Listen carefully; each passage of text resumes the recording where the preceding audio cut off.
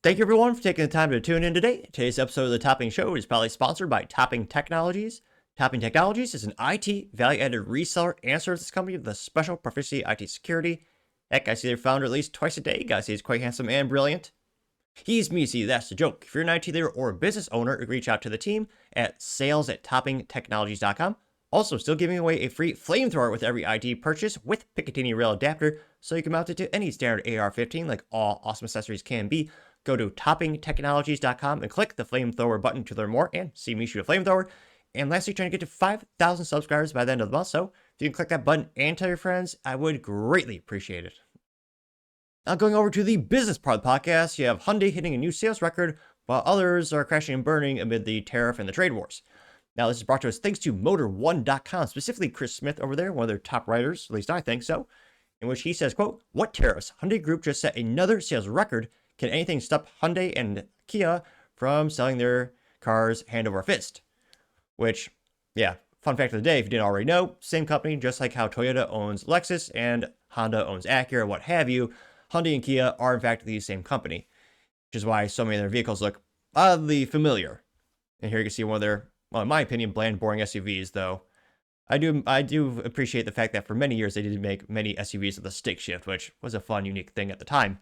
Now, they say, quote, "Tariffs on vehicles built outside the United States are in effect, but you wouldn't know it by looking at the latest sales figures from Hyundai Group. Hyundai and Kia both clocked in yet another record sales month. Wow, each brand posting double-digit gains over last year, which is insane. Funny enough, I've never seen that weird-ass looking SUV that they have pictured there. Let me scroll down. I have seen those behemoths on the road. It looks like an SUV and a Dodge minivan had an abomination of a child. I can't help but see more and more of those things on the road. Not for me, but I understand someone who has mass transit needs and needs to throw a whole family in there uncomfortably and feels dead inside because it has two pedals and can't really have fun driving it. But I understand that there's a market for it, of course. Now they say, quote, "Hyundai did the best, geez Louise, with a 19% year-over-year increase. The company sold 81,503 vehicles, led by the Tuscan at 22,054 vehicles. At that rate, the SUV will surpass last year's sales performance and could break into the top 10 best-selling vehicles in America.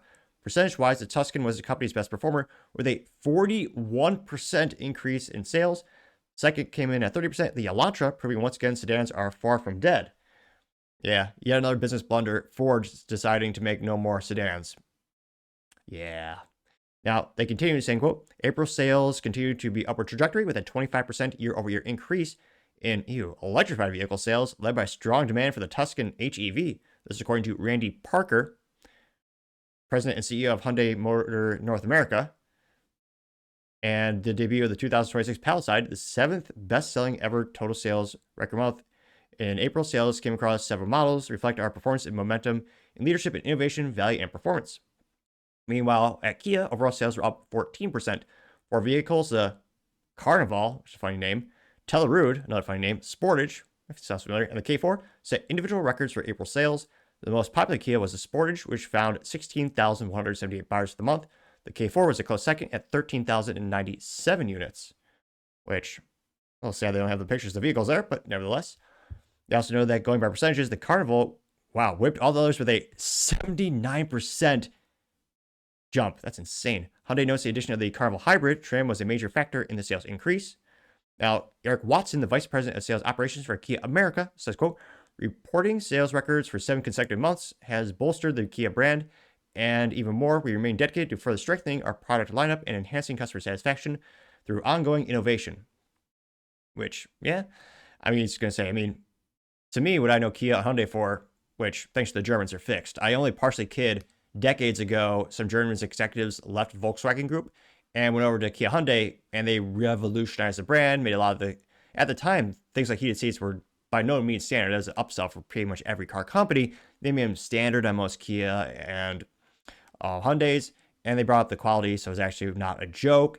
And to this, they started back then, but to this day, they have the best powertrain warranty, bar none. I believe it's 10 years, 100,000 miles, which is insanely good and a big selling point for a lot of people who want a car or vehicle that'll last, 10 years and 100,000 miles, whatever hits first. Again, to this day, it's the best warranty in the auto industry. And to me, a great selling point. When I was in the auto industry, geez Louise, over a decade ago, that was one of the big selling points is people love that safety of mind And again, when things would go wrong, the company would pay for it, which is a pretty good upsell. So it's interesting to see. And again, hindsight's always 2020 when it comes to investing. I mean, in terms of EV adoption and production battery technologies, they're one of the best ones. No, they're really not well known or not well advertised. They say that because when you talk about, financing and you look at publicly traded companies, I would have never seen, but they've had one of the best growth rates in the past 24 months. And again, not financial advice. But while other auto companies are struggling, they're doing great. And it's interesting to see them hitting their momentum. I hope they still make a couple sports cars for the gearheads like me. But let me know, anecdotally, are you seeing more of these on the road? I've noticed more of in my consideration, to me, abomination, large, ugly SUVs. But again, anecdotally in Texas, I've seen more and more of these Hyundais and Kias. But let me know, have you seen more of them? And do you think they'll keep this momentum up to become eventually one of the top dogs or top production companies in the world? Let me know your thoughts, because as always, be fascinated to hear what you have to say. Thank you, everyone, for taking the time to tune in today. Again, trying to get to 5,000 subscribers by the end of the month, so if you can click that button, I greatly appreciate it. Also, give me a thumbs up, thumbs down, or comment. It's a great way to give me some additional feedback, letting me know how I can make the show better and better. Lastly, don't forget to take time to tell your family, tell your friends, tell your coworkers, heck, tell your enemies, tell anyone and everyone. Just stay safe and fight the good fight.